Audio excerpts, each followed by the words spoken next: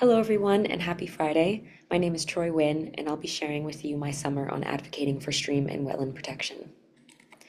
A little bit about me. I grew up in Washington, D.C. on the ancestral lands of the Anacostans and the Nanachunk. I received my Bachelor of Science in Environmental Science and Policy from the University of Maryland, and I just finished my first year at San Diego State in the Joint Doctoral Program in Ecology with UC Davis. My area of emphasis is marine and coastal conservation ecology and environmental justice. This summer, I was lucky to be placed at Clean Water Action, sometimes referred to as also Clean Water Fund, and on the national campaigns team. This summer, my focus was advocating for stream and wetland protections that have been stripped away by recent developments in decades-long debate over language used in the Clean Water Act. The Clean Water Act is the federal law regulating pollution of navigable waters, which is defined as waters of the United States, or WOTUS. The question that has caused contention within this federal law is, what exactly does waters of the United States mean? There has been a back and forth over what qualifies as WOTUS in recent history, particularly over wetlands and streams.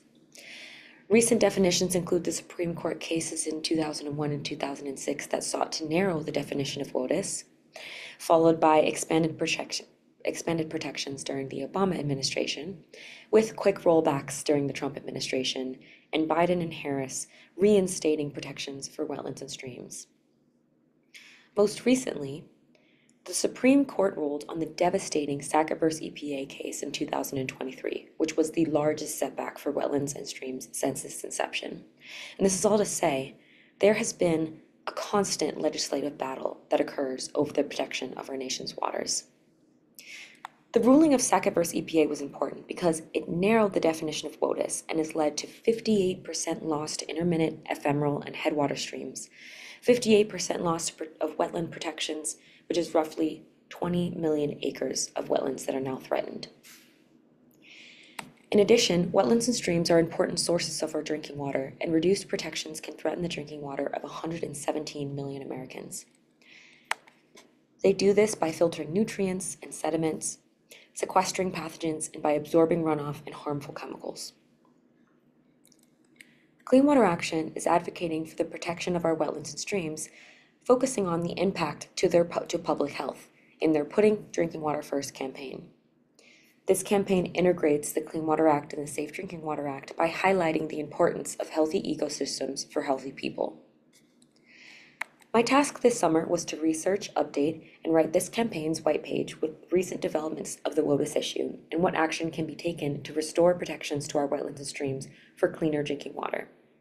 I also created a fact sheet to highlight more about Clean Water Action's role in advocating for stream and wetland protections, which in its final form will look like something like these two examples here. In addition to my work at Clean Water Action, learning more about environmental policy, nonprofit work, and integrating it with my prior experience in science and communication, the ongoing presidential race also played a huge role in the dynamics of my summer work. With a disastrous debate, an assassination attempt, social media takeovers and memes, Zoom rooms breaking records with attendances in support of VP Kamala Harris's campaign.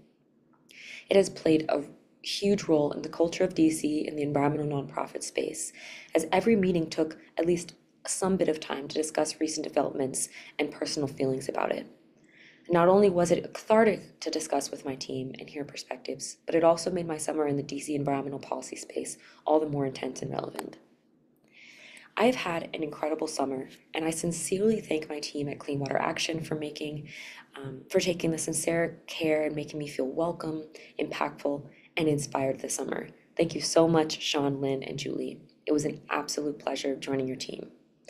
I also want to thank all of the staff of this program and the Yale School of the Environment for putting together an incredible program this summer, and specifically Ivy and Molly for all of their care into this program, and of course, Dr. Dorsita Taylor for being the visionary and the architect behind this incredible program that has been a defining moment in my career thus far.